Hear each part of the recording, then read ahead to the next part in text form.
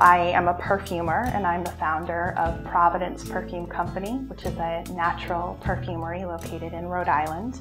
I started my company about 2 years ago after having worked for Aveda and a number of water companies, and I really just wanted to create my own, truly natural perfume line.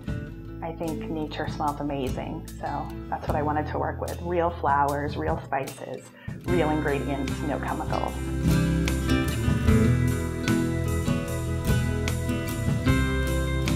Well, I joke about it a lot that I grew up with hippie parents in a town called Unity, believe it or not, Unity, New Hampshire, population 12 probably. It was the middle of nowhere, and it was very beautiful, and lots of animals and dirt roads and maple sugar and picking flowers. And so I can remember being a child and playing outside and picking berries, and I would rub them on my lips to make lipstick, and I would peel the bark off of birch trees and pretend it was bacon strips, and that I had my own store. So not a lot of toys, a lot of nature to play with. So I think I draw inspiration a lot from that childhood.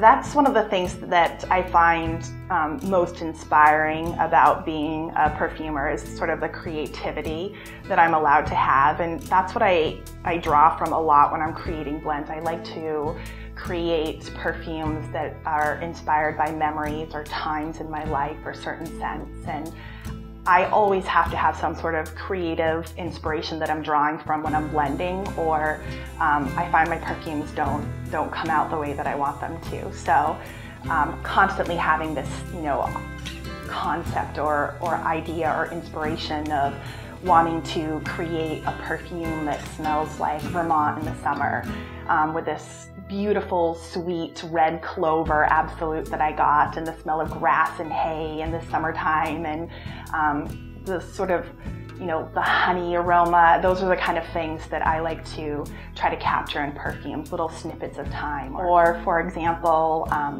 being inspired by the smells of winter growing up in New England.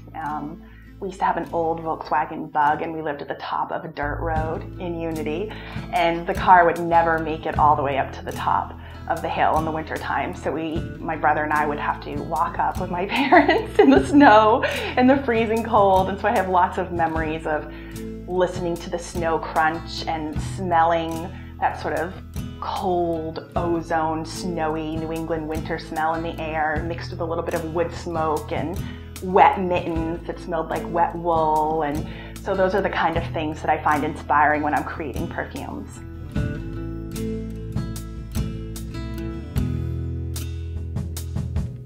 Well, it's a lot of marketing hype. I think that the consumer is becoming more aware of what they're putting on their body and spraying on their skin, which is our largest organ. So I think the tides are starting to change a little bit, and people are really starting to pay more attention to what's in their products.